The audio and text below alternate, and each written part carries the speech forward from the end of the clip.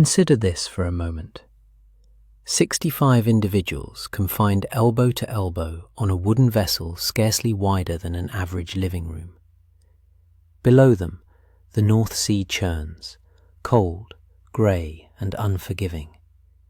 Above, a sky the shade of iron. And positioned between these two formidable realms, these men spend their entire existence for successive weeks.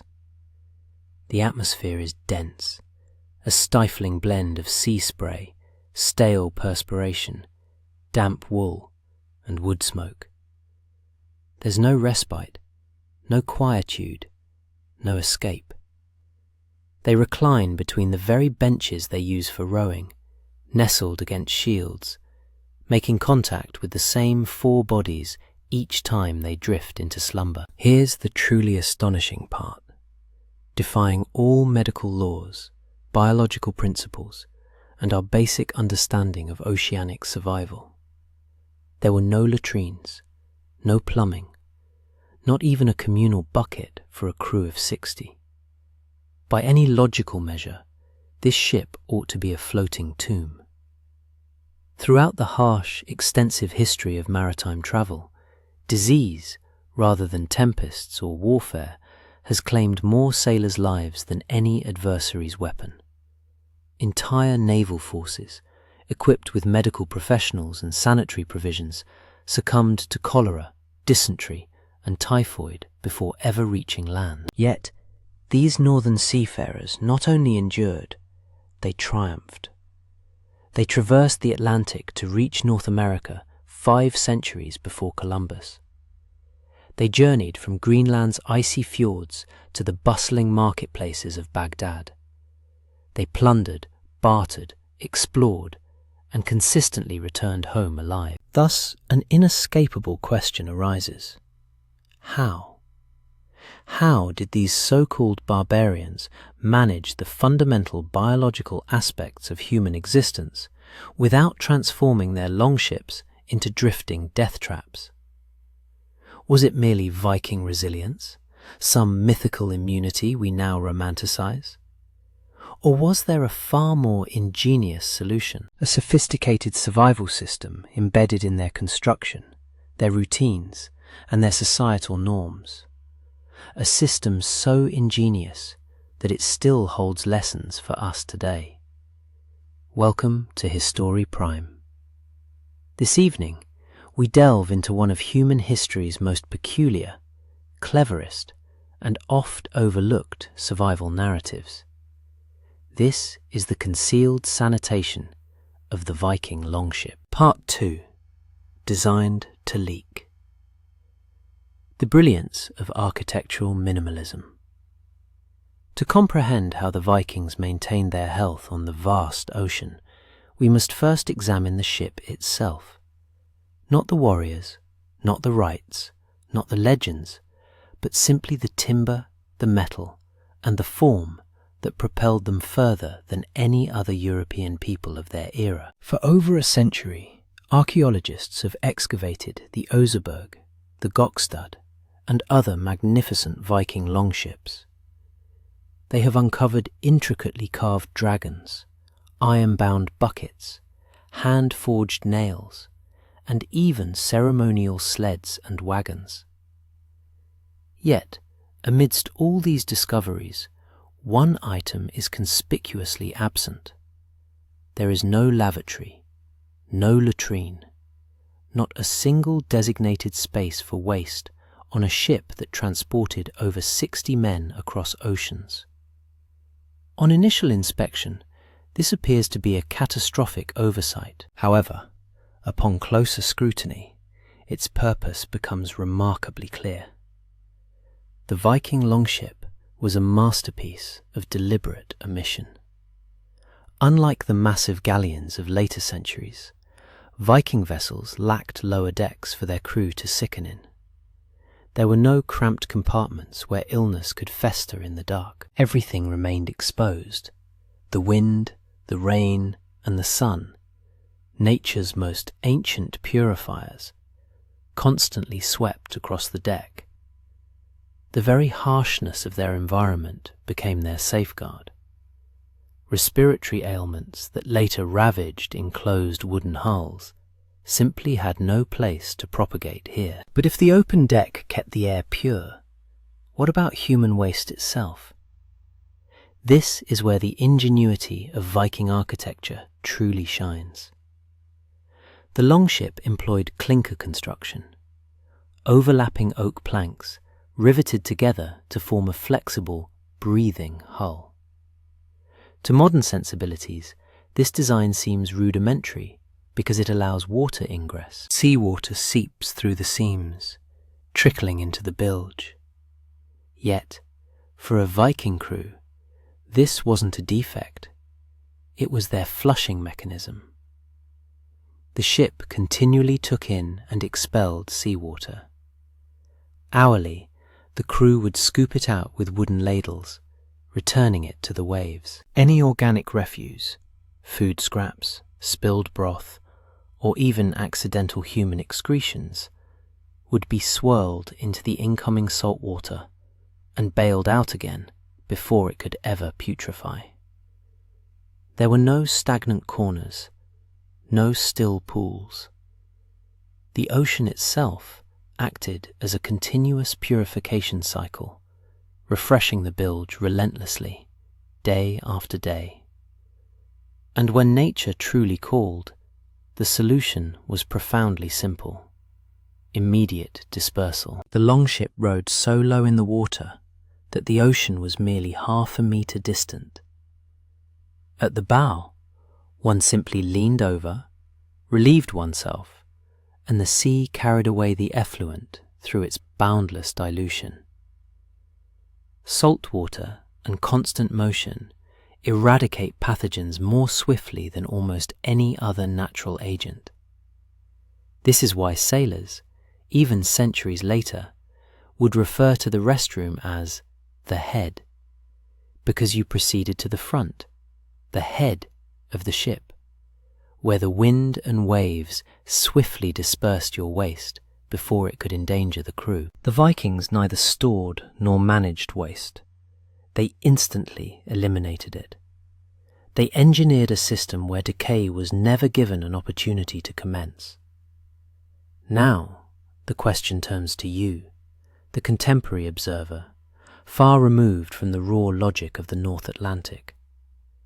In your own existence, what excess are you clinging to? What clutter, detrimental habits, or stagnant energies have you been carrying, anticipating a better receptacle, when the true resolution might simply be to release it? Sometimes the most effective system isn't a larger storage space. Sometimes the most effective system is no storage at all. Part 3. The Reset Button. Strategic Seamanship. Even the most ingenious system has its limitations. The Viking waste management method, clever as it was, could not endure the pressures of a voyage spanning weeks. Eventually, the sea's cleansing power proves insufficient. Bodies grow fatigued, clothing becomes soiled, and the air grows heavy. This is where we uncover the Vikings' most overlooked survival advantage, something embedded not in their instruments, but in the very form of their vessels. The longship sat so shallowly in the water that it required only about a meter of depth for navigation, while other Mediterranean vessels demanded deep harbours and engineered ports. A Viking crew could bring their ship ashore almost anywhere, onto secluded coves, pebbly beaches, river mouths, or tidal flats. This was not merely a convenience, it was a matter of survival. Historians surmise that the Vikings adhered to an unspoken rhythm along the European coast, a series of natural reset points spaced roughly every 200 kilometers. These were not urban centers or established ports, but simply locations offering fresh water, firm ground suitable for a campfire, and a landscape capable of absorbing what the ship could no longer accommodate. Every few days, the crew would beach the longship, step into ankle-deep water, and allow their bodies to recuperate. The ocean ceased to be the purifier. The land became the reset mechanism. They dispersed along the shore, washed themselves in cold streams, scoured their clothing with sand, cooked, cleaned, laughed, and rested.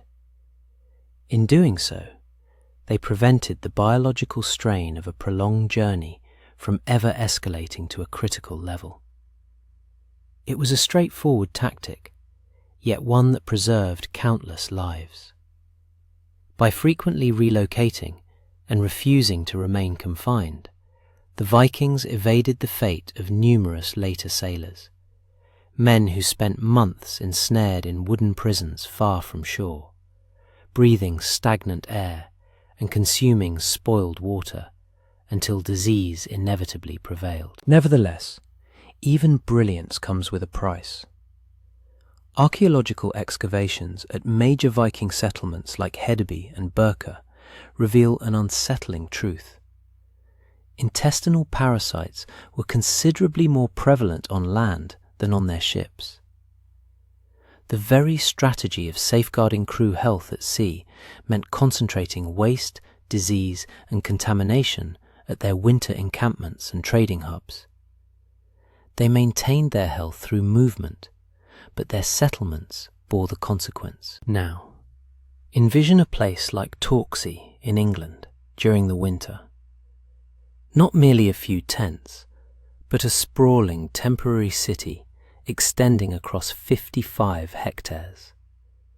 Thousands of warriors, merchants, artisans, women and children, all confined for several months because the ships could no longer navigate.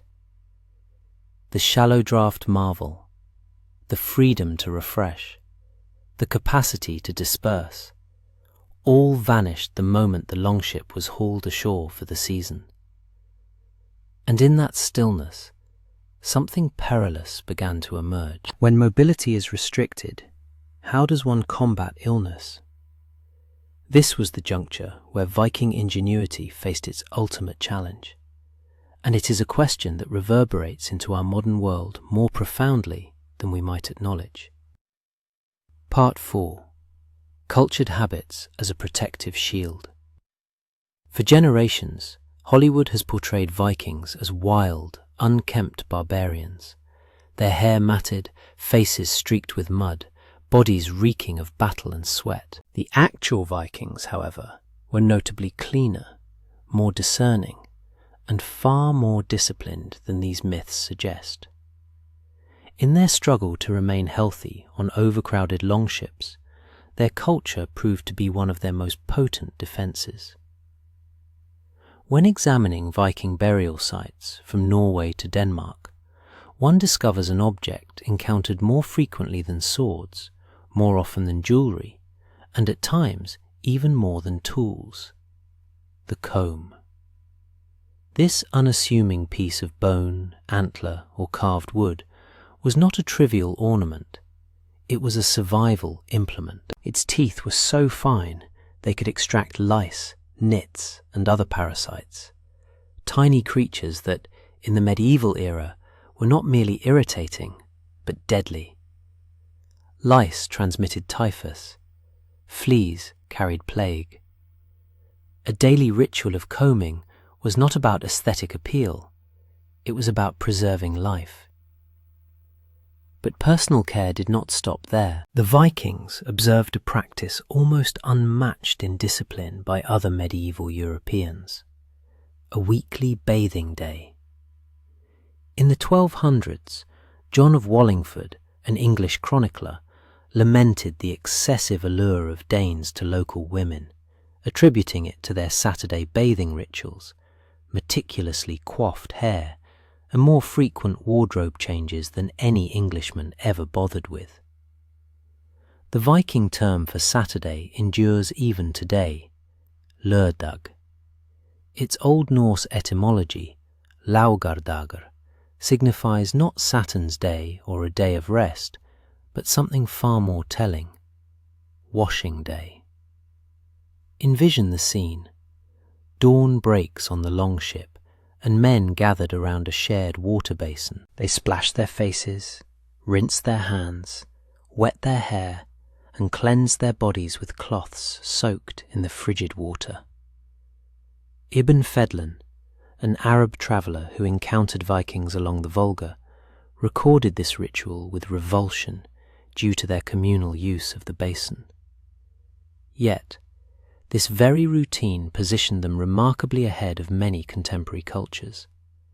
It ensured their bodies were consistently clean, their hair well kept, and parasites struggled to gain a foothold. The Vikings didn't just stumble upon hygiene, they forged it through honour. Appearing unwashed or emitting an unpleasant odour was a mark of disgrace. Grooming was a collective expectation, a daily habit born of social discipline. And when 65 individuals are confined to an open deck for weeks on end, such discipline proves a shield far more formidable than metal. Their cultural practices didn't merely groom them for appearances, they preserved their lives. Once again, a Viking truth quietly resonates in our contemporary world. Sometimes, the most potent survival mechanism isn't technological, architectural, or even purely physical. Sometimes, it's cultural. It's the benchmark you set for yourself, even when unobserved. Part 5. Accidental pasteurization. What secrets did the barrel hold? Despite impeccable hygiene and a perpetually flush ship, one adversary remained that the Vikings couldn't comb out, wash off, or discard. The invisible killer that haunted every seafarer for millennia. The creeping, silent putrefaction of fresh water. In the shadows of a wooden barrel, pristine water transforms into a deadly concoction within weeks. Bacteria seep into the wood grain, E. coli proliferates, and algae blooms. What begins as pure mountain spring turns into a venom that can devastate half a crew before ever reaching land. Civilizations dreaded it, and navies crumbled because of it. Yet, Viking crews, navigating some of Earth's most treacherous waters, rarely succumbed to this ancient scourge. The explanation was both straightforward and unintended. They didn't consume water. The Vikings grasped the truth long before science could articulate it. Fresh water spoils, but fermented beverages endure. So, instead of filling their barrels with water, they packed them with weak ale, barely alcoholic, golden, cloudy, and fermented dairy products such as whey or skyr. This wasn't due to any understanding of microbes, germ theory, or pH levels, but because these drinks simply lasted longer. They tasted better. They remained fresh even after weeks at sea. To brew ale, boiling the water is a prerequisite. They didn't comprehend why boiled water resisted spoilage, only that it did. Every wooden barrel of Viking brew was, in essence, a container of pasteurized hydration, created centuries before Pasteur himself was born. Their sour milk and whey offered another latent advantage. The lactic acid lowered the pH sufficiently to halt dangerous bacteria in their tracks, all while providing calories, minerals, and vitamins. Even in the Arctic chill, even on the boundless ocean, these drinks remain safe, teeming with beneficial microbes rather than deadly ones. The Vikings weren't drinking for intoxication. They were drinking for survival. Centuries later, civilized navies would still load ships with barrels of fresh water that decayed into toxic sludge. Thousands of men perished because no one thought to implement what the Vikings had already intuitively mastered. It stands as one of history's most peculiar ironies. doing the right thing for the wrong reason. The Vikings prized flavor, longevity, and tradition, but the biological outcome was far more profound than they ever grasped. Their hydration system bestowed an invaluable asset at sea: operational dominance. By choosing fermentation over purity, they bypassed the primary killer of the age of sail, entirely without comprehending the scientific underpinnings. And in the final analysis, that unassuming, humble barrel may have been as crucial to Viking success as their iron swords or their elegant longships. Part 6. The Lessons of the Longship. Conclusion. Having explored everything, the tempests, the salt, the leaking hulls, the combs, the barrels, and the beaches, we arrive at the pivotal question: how did the Vikings manage waste on their longships without succumbing to illness? The answer is both remarkably simple and deeply insightful. They did not confine waste within containers. They allowed the ocean to dilute it before it could become hazardous. They did not remain confined to the longship for months. They beached the vessel regularly, disembarked onto solid ground, recalibrated their system, and permitted nature to reclaim what it could safely process. And they did not depend on intricate technology. They relied on culture, on grooming, on discipline, on fermented beverages that unknowingly eradicated pathogens long before anyone understood the mechanism. The Vikings did not achieve perfect health. Archaeological records still reveal intestinal worms, dental infections, and the marks of a brutal existence. Yet, what they attained was something even more precious: operational sustainability. Their crews remained functional. Their voyages proved successful. Their ships returned home.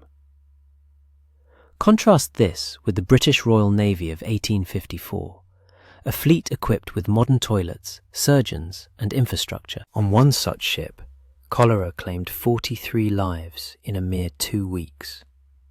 Because sometimes merely adding systems doesn't eliminate the problem. It only provides disease with a place to conceal itself. This leads us to the ultimate truth the Vikings understood intuitively, instinctively, and with absolute lucidity.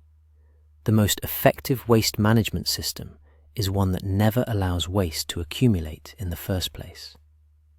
In our contemporary lives, we frequently seek larger storage solutions, more intelligent technology, more advanced tools to address the messes we generate. But what if the Viking approach offers a superior lesson? What if the solution isn't to contain more, but to simplify more, to reset more, to release more? What if we allowed ourselves to beach our minds occasionally, to step back onto figurative shorelines and let the burdens of daily life dissipate before they become toxic? What if discipline, whether in hygiene, habits, or mindset, is not a burden, but a tool for survival? Viking engineering was never about conquering nature. It was about comprehending it, collaborating with it, designing life around the realities of the sea rather than battling them. So, as the longship recedes into the morning mist, its crew rowing in perfect unison, remember this: 65 men traversed the unforgiving North Atlantic without a toilet.